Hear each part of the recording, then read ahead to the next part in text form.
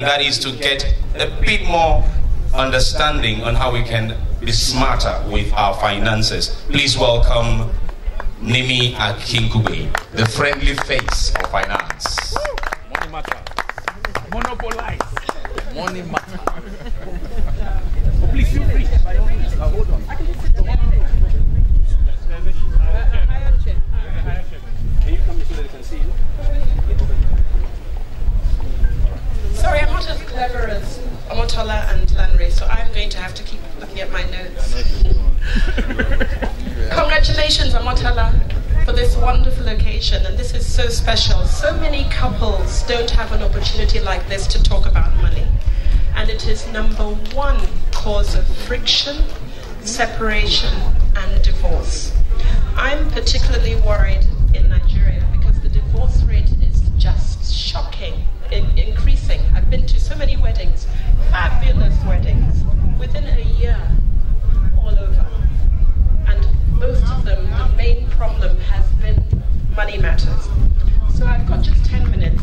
I'm going to take literally 1 minute to cover 10 different tips. But I first want to know how many people are not yet married, they're seriously dating. Is everybody married? Any couples that are engaged or just dating? Okay, great, so I need to address that. And how many have been married before and are in a second marriage? Anybody? Good, so we have to address that as well. Okay, and everybody else is a married couple. For those who are not yet married, you need to focus on the marriage, not the wedding. A lot of couples are focusing on the wedding, and you have this massive event. There's no money in the bank, and you're spending all that money on a wedding. Be very careful about that. Because of our society, there's a lot of pressure from family, parents, and so on. You've just got to say no and have the wedding that you can afford and bank that money for your future. You've got rent to pay, cars, education, all those things. But just be very careful about that. Things to talk about before the wedding. A lot of people tell me that it's so difficult to bring up the money topic. Of course, on the first date, you can't talk about money because they'll think you're a gold digger. But every relationship comes to a time when it's getting serious. You can tell it's serious. And you need to talk about how many kids do you want to have? Where do you want to live? What sort of education are you giving them? The extended family, in-laws, are they going to live with you? You have to discuss these issues. It really does matter. Your money personality comes from your background, your parents, your childhood. So somebody's going to be a major spender, extravagant, a risk taker. They'll even bet the family home for bitcoins, cryptocurrencies, or MMM, while the other person is a serious saver. You need to understand each other's personalities so that you can, it doesn't mean that if you have a different personality from your fiance or your spouse, you shouldn't get married, but just knowing how the other person is gives you a better chance to navigate that. And of course, you're going to have to compromise. Marriage is about compromise, as any other partnership is. Don't be judgmental. It's so important that nobody can be you, so you've got to be fair and not judgmental when you bring up these issues. It's so important to have financial goals. If you fail to plan, you plan to fail. We've all heard that adage. As a couple, you need to be setting short-term, medium-term, and long-term goals. Short-term goals, maybe you're renting a property right now, and in 3, 4, 5 years' time, you want your own home. It doesn't just happen. The goals have got to be specific, measurable, achievable, realistic, and time-bound for them to actually happen. What school are your kids going to go to? There's a lot of fashionable schools out there. But when you have goals, it helps you to stay focused because our society makes you want to do what everyone else is doing. I know a couple who are selling their home, the home that they spent years building. They're selling it to keep a 13-year-old in school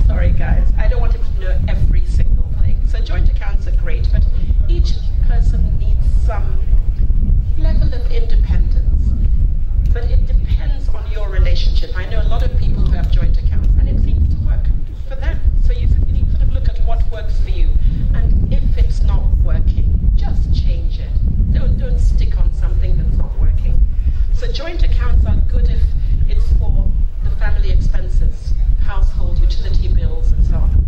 Now, if one person earns more than the other, ideally that person should probably pay more into the joint account. Don't you think so? But I met a young couple. They were dating and they had a joint account. The girl earns twice the amount that the husband, the fiancé, earns. And she insists that he pays more into the account than she does. So he was upset and he asked me what I thought. So I asked her why she did that. It was about how she felt about it. She just needed to know that her fiancé was putting in more than she was. Some people are like that. Women are like that. You want to be looked after. There's a major phenomenon going around in Nigeria now. Many, many women are primary breadwinners. That just wasn't the way we were brought up. It's a patriarchal society, so we've grown up thinking the man is going to take care of us. I know we do all the hotshot lady, boss lady business, but deep down, we do want you to take care of us. And women are not so much geared up to be that primary breadwinner figure, so you're having problems about submission. So a lot of the young women are unable to give that respect and love if they're paying for everything, school fees, rent. It really matters. Now, it doesn't mean there won't be times when you're not earning more than your husband. That's not the issue. It's about both people making an effort and talking about it and working together as a team. Otherwise, it really causes problems. Some people can't take it. I know a couple, the woman was earning 1.2 million, and her husband made her resign and is paying her $250,000 to work in his own business. Now, that is almost bordering on financial abuse, which is something that has to be discussed. Financial abuse is when one person takes total control of the finances, doesn't even give their spouse any money at all, even for necessities. It creates mistrust, it creates dependency, it often leads to physical abuse, which is why it's one of the most dangerous forms of abuse. So one has to be very careful. Even if your wife or your spouse is not working full time, you need to have an allowance. There should be a joint account where they have access to get some money and they don't have to account for every single thing. It's so, so important because there'll be times when both of you are not working all the time, so you need to consider that. Another area we need to talk about is protecting your family. An emergency fund is so important. Things happen. Somebody will lose their job and there just isn't enough money. So how do you navigate that? It's important to have 6 to 12 months of savings set aside. 6 to 12 months of your expenses. How much does it cost you every single month? Think about saving 6 to 12 months of that amount in an account, a money market fund that isn't so accessible that you're going to withdraw from your ATM. Just so that if anything happened, you're able to cope with the tide. Another way to protect your family is insurance. You need insurance for your car, your home, your possessions, your health, your life. If you're the primary breadwinner and something happens to you, I don't mean dying, losing a job or getting ill. You need to have something that can kick in to pay the school fees and to pay for other expenses until you find your feet. So really, in a nutshell, it's so important to talk about money. Now, don't talk about money when you're in a bad mood or you're angry or something awful happens. Debt is one of the biggest problems. Don't hide away the debt. And if you had debt before the wedding, you need to talk about it. Debt becomes a joint issue because it affects how you're both going to borrow. It affects how you're going to rent a property or buy a property or get a mortgage.